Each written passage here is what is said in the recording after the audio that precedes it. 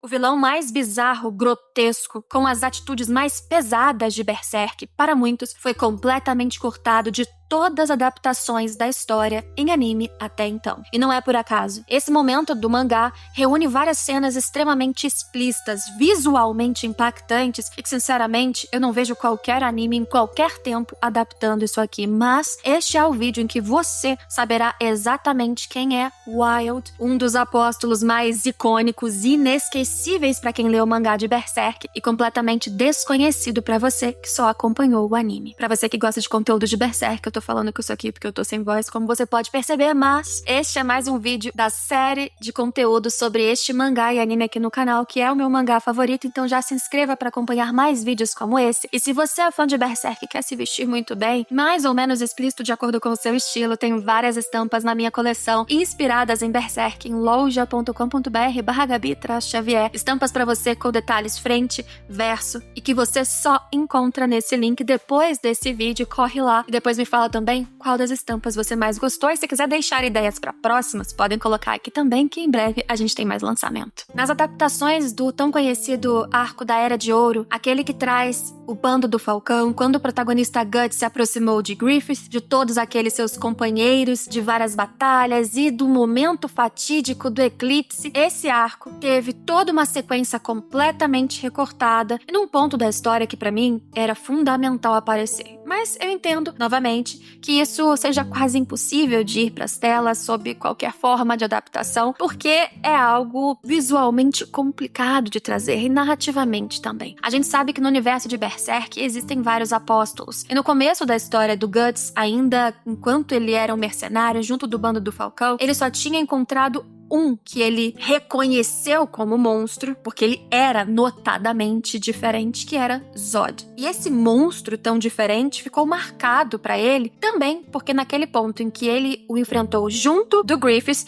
veio um aviso de que no momento em que o sonho daquele cara de cabelo branco ali, ruísse, quando ele perdesse tudo, a morte esperaria ele, Guts e seus companheiros, uma morte inevitável. E essa mensagem ficou na sua cabeça, mas passou, chegou um momento em que o Guts, ele percebeu que ele precisava buscar o seu próprio sonho e ele abandonou o bando do Falcão para desespero de Griffith, no seu torpor de raiva, mágoa e perdido pela primeira vez frente ao seu grande objetivo, que era subir cada vez mais de patamar social e se tornar o topo do mundo, né, o topo da montanha. Ele foi até o quarto da princesa Charlotte, teve um momento sexual com ela, foi descoberto pelo rei e preso e torturado por 1 ano. E nesse 1 ano, Guts ficou fora, e isso tudo tá no anime. O que não mostra é que quando o Guts volta, eles recuperam o Griffith lá do calabouço, e ele tá naquele estado deplorável, eles têm um momento de fuga em que eles são perseguidos por outros assassinos contratados pelo rei, e existe um grupo muito específico, um grupo sanguinário, considerado talvez tão bom quanto o bando do Falcão, mas tão bizarro, grotesco, amedrontador, que o rei de Midland, ele exilou esse grupo lá para uns cantos abandonados para que ele não precisasse lidar com os caras, porque ele mesmo tinha medo. Só que agora que ele queria acabar com o ex-líder do bando do Falcão, ele não se segurou e contratou esses mesmos caras para caçar e exterminar todos do bando, mas principalmente Griffith. É difícil falar isso quando a gente tá assim, sem voz. Desculpa, gente, o nome de Griffith é muito difícil falar, ainda mais já todo entupido e sem voz, mas vamos lá. O bando, chamado na tradução de Cachorros Negros, era liderado pelo Wild, uma figura que já parecia meio animal, nada humano, monstruoso, e que ele foi contratado pelo exército de Midland no auge da Guerra dos 100 Anos, do reino de Midland contra os Tudor, e eles eram prisioneiros, um momento em que eles foram até os prisioneiros do reino e acharam entre os criminosos alguns que fossem fortes e promissores o suficiente para lutar por eles. No desespero, eles pegam qualquer um. E entre esses prisioneiros tinha um que era o líder. Ele era, segundo a história diz, carismático, mas eu não usaria exatamente essa palavra. Carismático é o Griffith. De outra maneira, pelo menos, o carisma de seduzir, de fazer você segui-lo, mesmo que ele esteja te liderando pra morte, mesmo que ele esteja te usando. Já esse cara, Wild, ele liderava pelo medo. As pessoas o seguiam não é porque ele era carismático, é porque ele era persuasivo. inimigo, porque ele te fazia ver,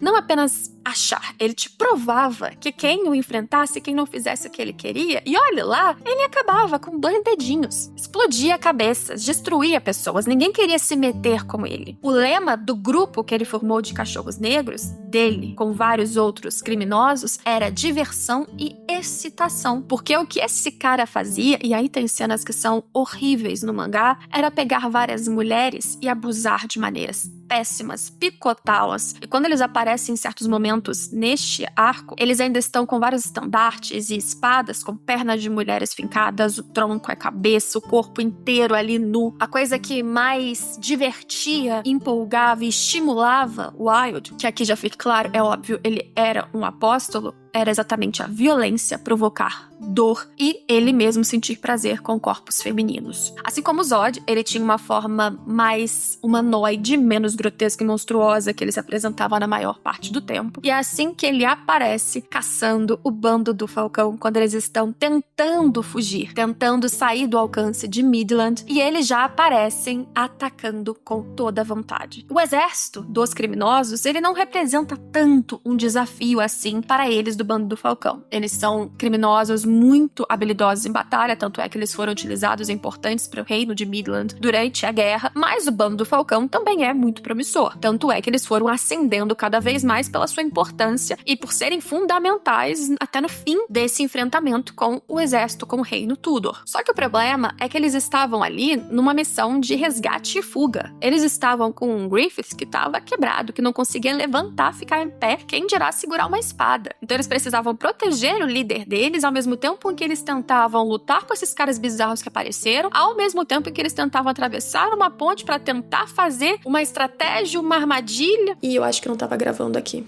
Ih, agora ferrou. Gente, eu tô aqui segurando esse negócio e eu acho que não tava gravando, então se o áudio estava pior que eu costumo no começo por causa da minha voz, me perdoem. Agora voltou aqui a gravar, não consigo nem olhar que tem um negocinho vermelho ou não. Oxe, gente, tô doente em minha defesa. As primeiras pessoas que vão em direção aos atacantes, principalmente, na verdade, contra o Wilde, que claramente era o mais forte, são o Guts e o Pippin, principalmente o Guts. A Casca já tá muito mais próxima do Guts. Existem vários momentos nesse trecho que foi cortado do anime em que o Griffith, ele percebe cada vez mais o quanto ela está próxima a ele, se preocupando com o Guts de uma forma que ela não fazia antes. E ela o tempo todo diz pro Guts, não faça igual você fez contra os outros 100 soldados, não fique até você quase morrer. Saiba o momento e a importância de se retirar, de fugir. Só que o Guts, ele tem uma coisa, principalmente nessa época, e desde criança ele aprendeu, a sua espada era a sua saída. Então tudo que ele tenta fazer até o último instante é cortar as pessoas, porque é uma maneira de defesa e também uma forma de expressão de quem ele é.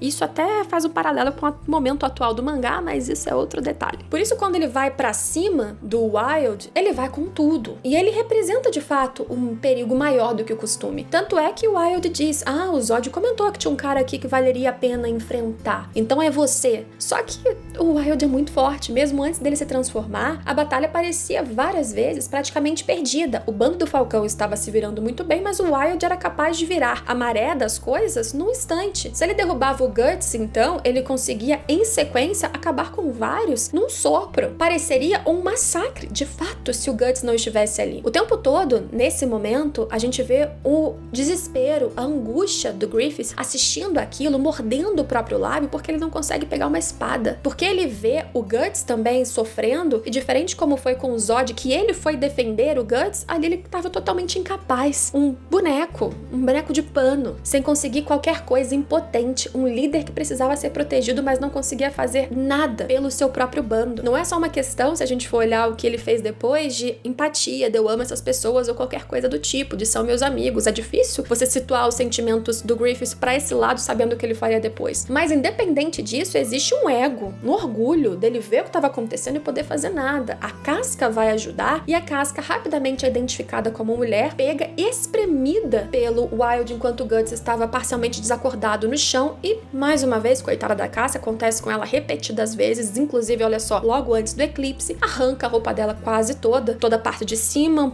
um pouco o começo aqui da parte de baixo, ela fica semi-nua e ele estava pronto para abusar dela. Nesse ponto, ele já tinha se transformado no monstro que ele é, na forma de apóstolo, em que ele assume quase um jeito de um yeti, sabe? 3 olhos, o rosto dele, a cabeça realmente acima desse corpo, com braços gigantescos, peludo, assustador e muito mais forte, tal como o próprio Zod quando se transformava. Nesse momento não fica qualquer dúvida pro Guts ou pra todos ali que ele é uma criatura semelhante ao Zod, não só por citá-lo, mas pela maneira que ele se apresentava. E ele, quando pega a casca, ele começa a retirar pra fora sua língua, que é um falo, basicamente um falo, cheio de espinhos. E ele diz pra ela, você vai se sentir, né, pura, vamos dizer assim, de novo com o que eu vou fazer com você. E ele começa a chegar perto das partes íntimas da casca. É uma cena brutal, horrorosa. A casca passa grande parte deste momento sem roupa, então veja como é muito difícil você trazer isso pra tela. Até que o Guts chega, acorda e ele passa a espada exatamente nessa língua falo, ou seja, num ponto bem íntimo, frágil do monstro, que fica não só com dor, mas irritadíssimo. A partir disso, o Guts ele tem uma luta sangrenta contra o Wild e com várias reviravoltas. Ele apanha pra caramba, ele é arremessado e bate nas costas e várias vezes o Wild acha, e nós achamos também, que ele vai ser exterminado, mas o Guts ele consegue, depois de uma batalha incrível que eu adoraria ter visto em tela e que vamos tentar passar aí algumas cenas do mangá do que não for extremamente censurado, porque são capítulos bem difíceis de não censurar, mas o traço do Miura no seu auge, Guts golpeando, a sua espada começando a rachar até o ponto de quebrar, inclusive, ele fugindo do monstro, criando uma artimanha com o corpo de um dos soldados criminosos que estava ali, colocando atrás de uma árvore para que o Wild achasse que era ele, e na hora de o Wild dar o golpe que seria o final contra o Guts, ele veio pela perpendicular, ali numa transversal, na verdade, por cima, atacando o pescoço da cabeça que estava no topo desse corpo bizarro de apóstolo e conseguindo, com um pedaço da espada que quebrou num lado e com o outro pedaço da lâmina no outro canto, num olho, aparentemente nocautear de vez esse apóstolo e acabar com o Wild. Ali, eles achavam que eles tinham ganhado, depois de muito esforço, depois de várias mortes, o exército, o bando do Falcão acabando com os outros criminosos que tinham restado, que eles foram parcialmente acampar, parar, inclusive uma sequência que logo depois viria numa parte que foi adaptada no anime, quando eles estão na carroça, os dois ali, Griffith e o Guts, já tratados, mas a gente não sabia, em todas as adaptações do anime, como o Guts ele tinha se fragilizado fisicamente pra caramba, instantes antes do que aconteceu no eclipse. Instantes antes, portanto, dele lutar com vários apóstolos para tentar defender o Griffith no começo e até a própria casca. Então vejam o quanto ele realmente deu de si durante o eclipse, porque fora todo o transtorno psicológico, ele já tinha passado por uma batalha importantíssima um tempinho antes. E se você acha que ele tinha derrotado o Wild, já te dou um spoiler, não tinha ainda. Enquanto eles estão ali sendo curados, ele comentando com o Griffith, nossa, né, estamos aqui os dois podres, mas daqui a pouco você tá tranquilão, mal sabe ele que o estado em que ele está e que o Griffith está são muito diferentes. Aqui, de novo, existem vários painéis importantes, vários momentos em que o líder do bando do Falcão deixa claro, em closes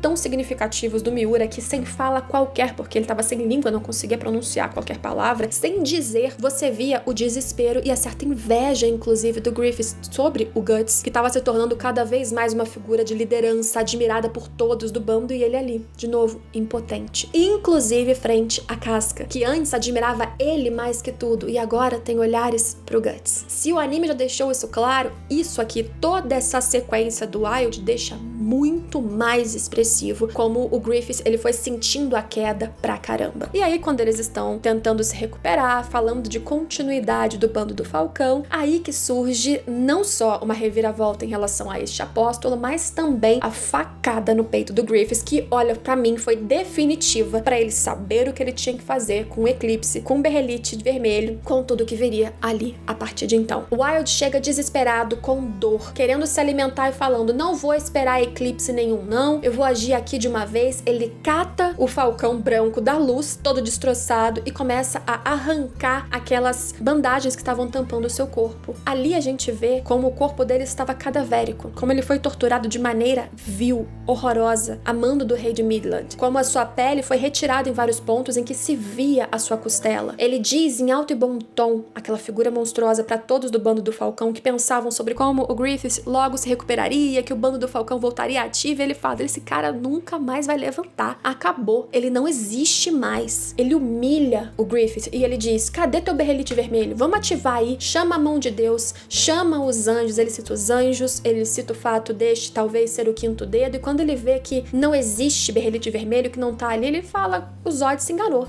Esse cara não é o quinto anjo, o quinto dedo. Eu vou exterminar ele também. E eis que chega Zod, a figura monstruosa que Wilde diz, esse aqui você se enganou, Zod. Não é o cara prometido, não é o quinto anjo. Eu tive ordens de aniquilá-lo e eu vou fazer isso. E o Zod fala, e eu tive ordens de trucidar você. E isso ele faz. Ele elimina Wilde, porque ali ele precisa garantir a manutenção e sobrevivência do Griffith para o que viria logo em seguida. Com isso do mangá, não apenas o Griffith, ele foi muito mais exposto, humilhado, mas ele também ouviu do próprio Wilde que ele deveria chamar os anjos, que ele deveria fazer um pedido, que ele era imprestável, inútil e nunca mais andaria frente a todos os seus que seguiam ele, que estavam com esperanças. Ele foi exposto como um inútil. Então é logo em seguida que aí sim o Zod vai embora, e depois daquilo ele pega a carroça, começa a visualizar seu sonho que sumiu e ele tanto desejava alcançar, e ele vai em direção ao lago, acha o berrelite vermelho, e aí sim começa